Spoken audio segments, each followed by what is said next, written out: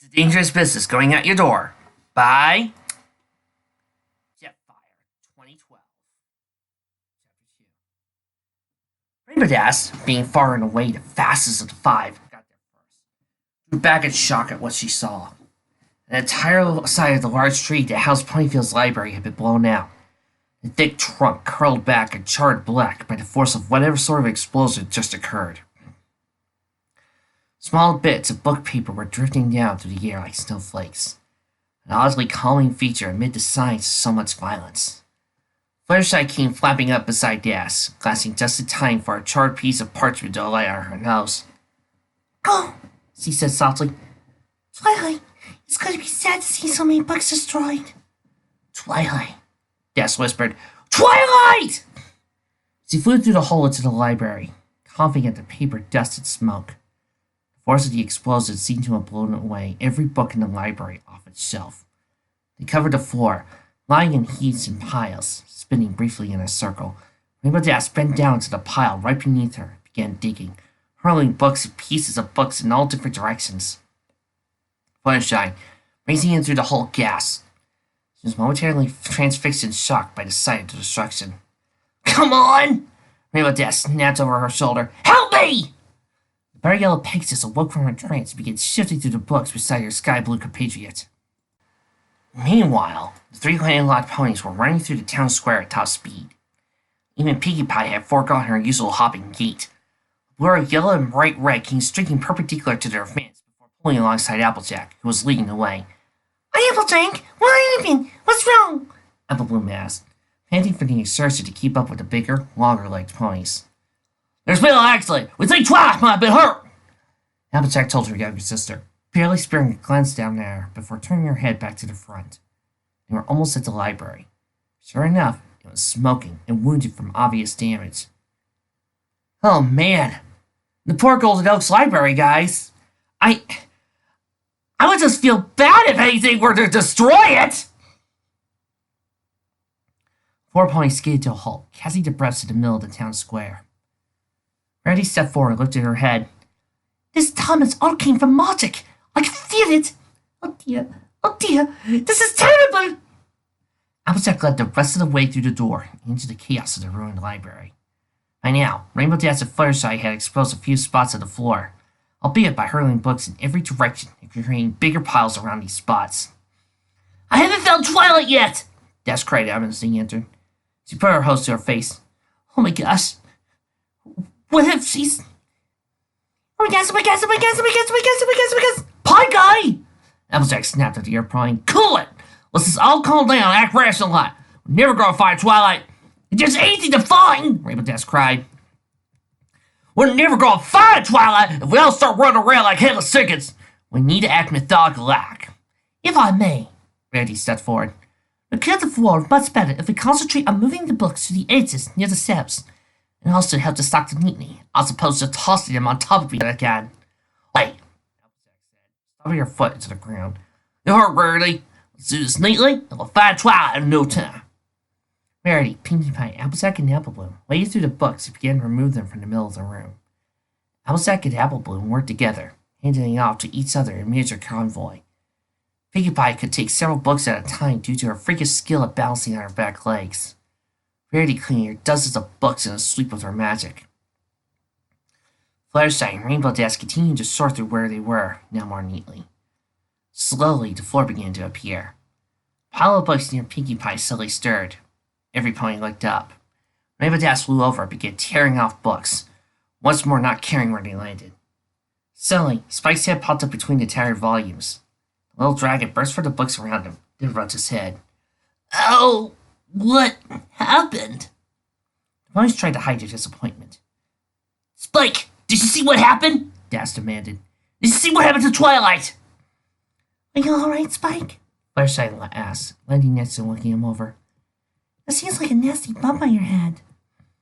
"I think I'll be fine," Spike said, though he was wincing as he touched the growing bruise. "All I remember was turning around to watch Twilight teleport. Then I noticed this huge bloom of light. Something was definitely wrong. I was running up the stairs when... BOOM!" He flung his arms apart, pantomiming the explosion he'd been caught up in. I must have been hit by a dictionary or something. Suddenly, another pile of books, this one much longer, began to shift. A distinctly feminine groaning came from beneath the jumbled volumes. Everybody rushed over to the source of the noise, spirits rising brilliantly.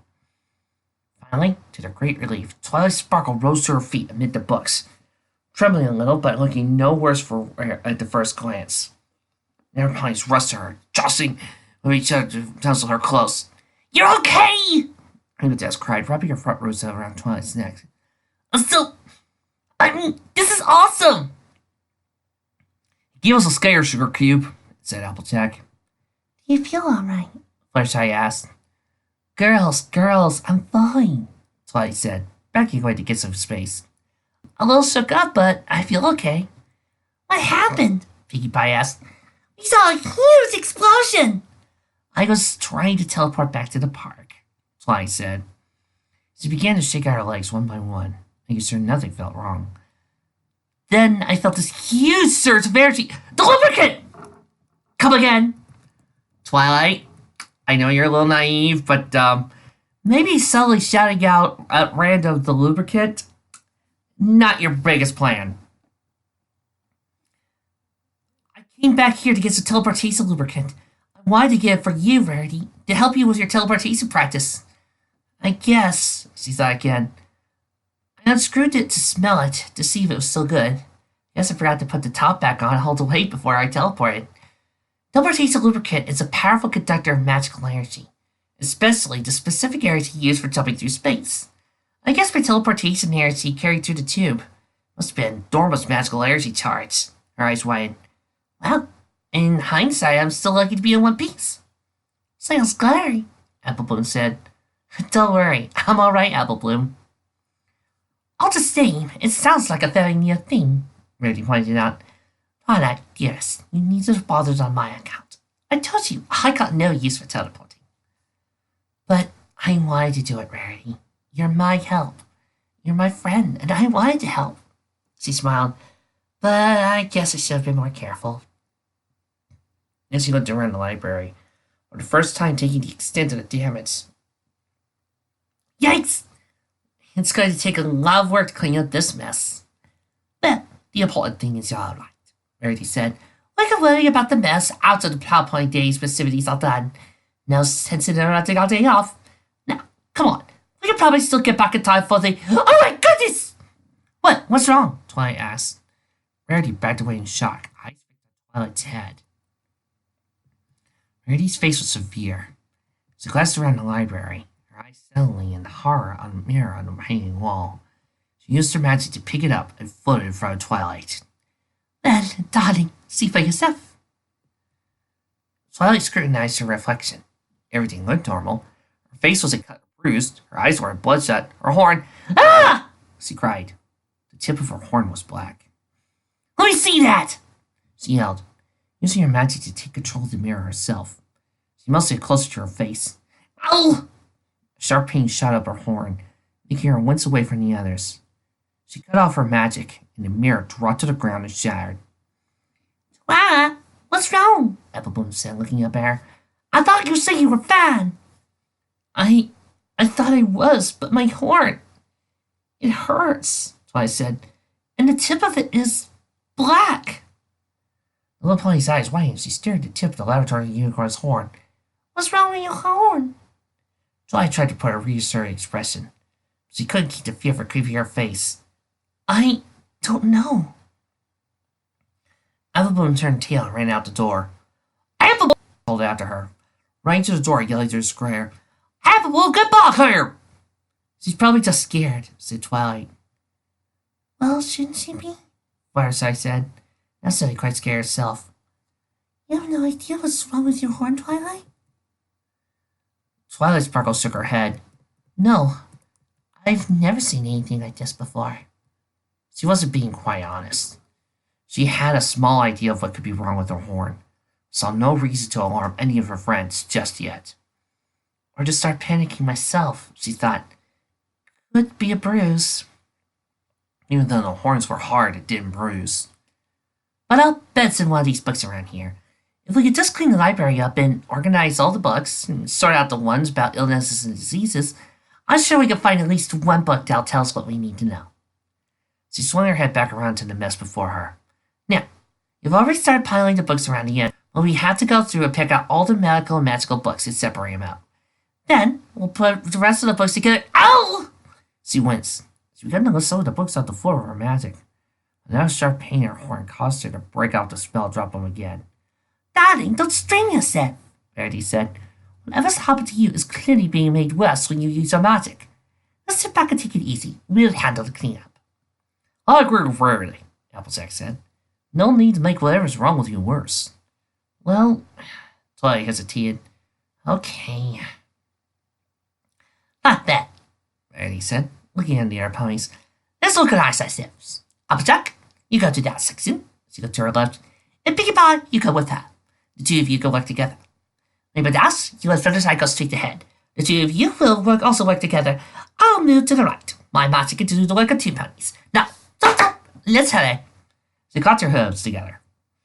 She turned back to Twilight Sparkle, a sympathetic look on her face. Twilight, don't worry your head about any of this. The cleanup is necessary to find what's wrong with you in a jiffy. Ladies and gentlemen, this is probably some of the best Rarity we got since the empty room. Not gonna lie. I mean, this is it. This is some really good Rarity storytelling here. Can I help you, Rarity? Spike asked. Why, of course you can, Spike, said the white unicorn with a smile. She trotted through the books to her selected station. Remember, folks, she is a businessman. She knows how to handle this. Bravo. Come over here and help me sort through the books as I have them. You know this library almost as well as Twilight. Sort of, Spike said weakly. With a smile, Rarity's horn lit up, and more than a dozen books floated in the air. In truth, the white unicorn's insides were rolling in a storm of guilt. Twilight appeared to have been seriously hurt. As he'd been hurt trying to help Rarity. I told her I didn't need her help, Rarity thought, only half listening as Spike attempted to pick out the medical books for notes he had levitated. Oh, Twilight Sparkle, why didn't you have to be so generous? Generosity is my job. Why couldn't I just learn to teleport the first time? This catastrophe could have been avoided. A burst of disgusted energy surged through her horn, charging the books she was levitating and sending them scattering in all directions. Spike had to dodge a few that were shot his way. The airplanes glanced up towards Orator. Rarity gave him a smile. Sorry, just wasn't paying attention. Carry on. She looked away from him, returning to sorting the books, a heavy, oily feeling in the pit of her heart. Rarity? Twilight's voice was right behind her. This time, Rarity finished setting the books down in neat piles before turning around. Is something wrong, darling? Are you feeling any worse? Twilight looked at her gently. Rarity, it's not your fault. I did. Oh, Twilight, don't lie. I wasn't thinking of anything of the sort. Please, Rarity. I was the one who wasn't careful. Don't blame yourself. Twilight Sparkle, I said to sit tight and relax. I did not see you sitting tight, and I certainly don't see you relaxing. Go get your pillows and beer if you must. You're going to strain yourself. Verity suited her away with her hoof. Twilight laughed, finally retreated. Rarity allowed herself to feel a little better, returned to her work. Mostly cleared the library floor over the span of 20 minutes. All the medical books and magical books had been piled in the center. The air books were stacked along the edges of the floor, below the empty bookshelves. Twilight was impressed at the work they had been able to do. Under Rarity's gentle direction, her 5 friends had sorted everything on the library floor in neat order. They had even made a pile for the damaged or destroyed books near the front of the stairs. Twilight's heart was heavy at the sight. Books being damaged always pained her. But she had to look for more pressing things to worry about. Great work, girls. Now we just need to start consulting these books. She walked over to the stacks in the middle. Now, here we... Suddenly the door to the library burst open. Applebloom ran in, then stopped, looked back over her shoulder. Higher! Come on! A little filly excited eyes of Twilight. No worries, Twilight. I'll higher. She looked over her shoulder again. Come on, Zecora. She's not higher. Zecora? Twilight echoed. She hasn't been seen on this show in years!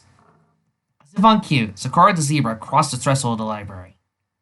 She was wearing her traveling cloak, as she usually did during her journeys to Ponyville from her home in the Everfree Forest.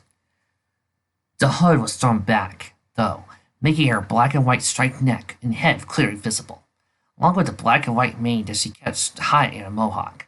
Rings of gold surrounded her neck, and large gold earrings dangled from her ears. "I have been quite patient," Zecora said in her strange rhyming speech. "Now let me see the patient!" She strode softly up to Twilight Sparkle and began to examine her carefully. Twilight could feel her piercing turquoise eyes staring at her, straight through her, deep into her. She suppressed a shiver. Oh, they all learned that Zecora wasn't evil. She could still be quite unsettling, especially close quarters. Hey! You can't ride patient with patient! Rainbow Dash suddenly cried. No pony paid attention to her. "I would dance on this!" Worst pick ever. Zecora's gaze at last settled on Twilight's horn, which she scrutinized at very close quarters. Her left eye went into the blunt, blackened tip. She gently raised a hoof and tapped the tip of the horn. Twilight flinched at a shot of pain. It was like a sore, several days old. Finally, Zecora drew back. She had a sad look on her face. "My guess is correct, so bemoan your lot. Twilight Sparkle, you have a bad case of horn rot." Twilight drew in a breath so sharply. I was afraid of that. Very quiet. "Oh my goodness gracious, what are we going to do? Not that! Not that!" She was so overcome by shock she fearfully fell to the ground in a faint. So she was in her hose again at the same moment. She hastened to Twilight's side and nuzzled her cheek. "Twilight, darling, I'm sure we can find her." "Hold up a sec. What's horror?" Applejack asked. "Is that some kind of unicorn thing?" "Very much so," Verity said. "It's a disease that only unicorns are susceptible to," Twilight said. She walked over to the pile of medical and magical books in the center of the library. "Now I know what I'm looking for. I should be able to find the right book." She started to use magic, but stopped before she caused herself any more pain. Sitting back, she used her hose to nudge books off her stacks until she found a suitable volume. It was a thick book, bound in dark blue leather, titled Pony Problems A to Z. Placing it on the ground, she nudged it open with her left hoof and flipped through the pages, coming to the first third of the book, dividing the 8th section. Several dozens of pages flipping through brought her to the entry she sought. "Verity, could you please levitate this so every pony can see it?" With a nod, Verity's horn shimmered, causing a black plume to float in the air. The other ponies clustering around it, nudging against each other to try to get a closer view. "Hey, I can't see back here!" Dash cried. "Somebody read it out, will ya?" "Let me do it!" Pinky exclaimed, raising her hoof in the air. "I won't do it." "Yeah, but I said first." "But I'm first." "Nuh-uh, Alice goes first." "Look! Pinky, just read it!" Twilight shouted. There was an edge to her voice that broke no argument. Pinky nodded. Ahem. She cleared her throat dramatically. And finally she began to read. "Horn rot, also known as unicorn's bright, an affliction that befalls unicorns, either through exposure to strange magics or through the improper application of their own magical power. It occurs specifically when the magical circuit that runs down the unicorn's spine is overwhelmed with an influx of etheric energy. A such intensity that cells through which the circuit runs through begin to burst and die. The detonating begins and is most concentrated in the unicorn's horn, which is the focal point of the magical circuit. For cure, see post in section 27C. Pinky blinked a few times to turn to Twilight. "So, what does that mean?" "It means my horn absorbed an enormous amount of magical energy. More than it could cope with," said the Leveraging Unicorn. She nudged the floating book aside and turned to face all her friends. "When the teleportation lubricant was exposed to the magical energy of my teleporting spell, it caused that energy to be extremely amplified. When unicorns use magic, they also open their magical circuits to an influx of magic from their environment. It's part of the give and take of magic. In this case, my magical circuit absorbed all the excess energy from the overpowered teleporting spell. It was too much for my body to handle. The cells in my horn were overwhelmed, and now they're starting to die." "Die?" Rainbow Dash cried. "But you look just fine! How could just one part of you die?" "It's like what happens to hooves and noses when they get frostbite," Twilight said. This last example seemed to clarify things immensely. as the whole group put on new expressions of concern. So your horn is down? Apple Bloom asked. It's awful. What are you going to do about it? Not to worry, Apple Bloom, Twilight said, trying to cheer little Billy up. You're supposed to cure his horn rot without fail. The recipe should be in another one of my books, and the ingredients aren't too terribly hard to find. You just need to let it brew for 3 weeks. 3 weeks? Abstract exclaimed. It's got a lot of magic in it.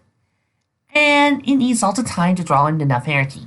But if I just take it easy until then... Zecora shook her head. Of your adult's ability, I wouldn't boast. That horn rot is strong. You've got 2 weeks. 2.5 at most. Twilight gasped. Are you sure? What makes you say that? Zecora merely nodded. So, what happens after 2 weeks? Fluttershy asked, almost in a whisper. She was afraid to answer. Twilight bowed her head. Best case scenario? My horn falls off. I won't be able to do magic anymore. Fluttershy gasped. Dash swallowed hard.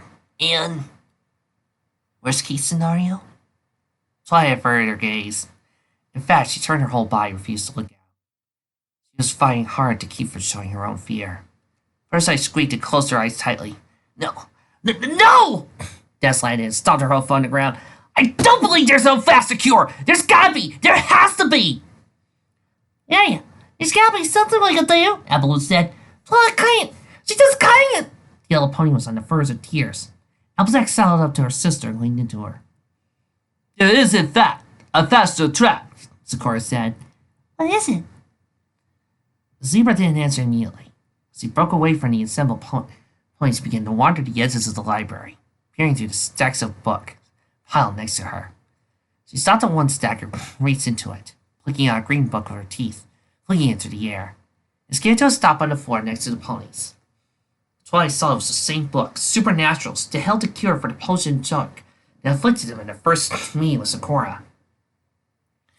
If you want the fast cure, there's just one to get, she said, nudging the book open. You must eat the flower of the benevolent. The book opened to a page dominated by the illustration of a flower plant. It had a thin stem and long, narrow leaves. At the top of the stem was a single flower with 5 broad petals arranged in a star shape. The flower petals were medium purple. The scrap of soil drawn beneath the leaves seemed to be rocky. I'll read this time, Apple Bloom said before any pony could object. She wiped away the tears that started to form in her large orange eyes and nudged her way to the book. Rarity again levitated the book into the air so everyone could have a better view. The benevolent is a small flowering plant that grows in the high mountain valleys of the Archback Mountains. It belongs to a very small family of massive vascular plants, or plants that have special roots that allow to absorb magical energy as well as water from the surrounding environment. Archback Mountains that are the benevolent's only inhabitant run along what is thought to be a strong landline, using the soil of enormous magical power which the plants absorb. These energy is collected in their 5-point flowers, where it mixes with the plant's chemical defenses against parasites. These 2 factors combined make the benevolent a powerful healing plant, able to cure many illnesses, especially those of a degenerative magical nature. Apple Bloom finished the entry in a much higher spirit than she'd begun it. She turned to Zecora. So, if Twilight eats this flower, it'll cure her horn rot? A benevolent's powerful stuff. Just 1 flower, 1 time would be enough. Right! Apple Bloom said, jumping for joy. Now we just gotta go get it. Amethyst's face grew doubtful.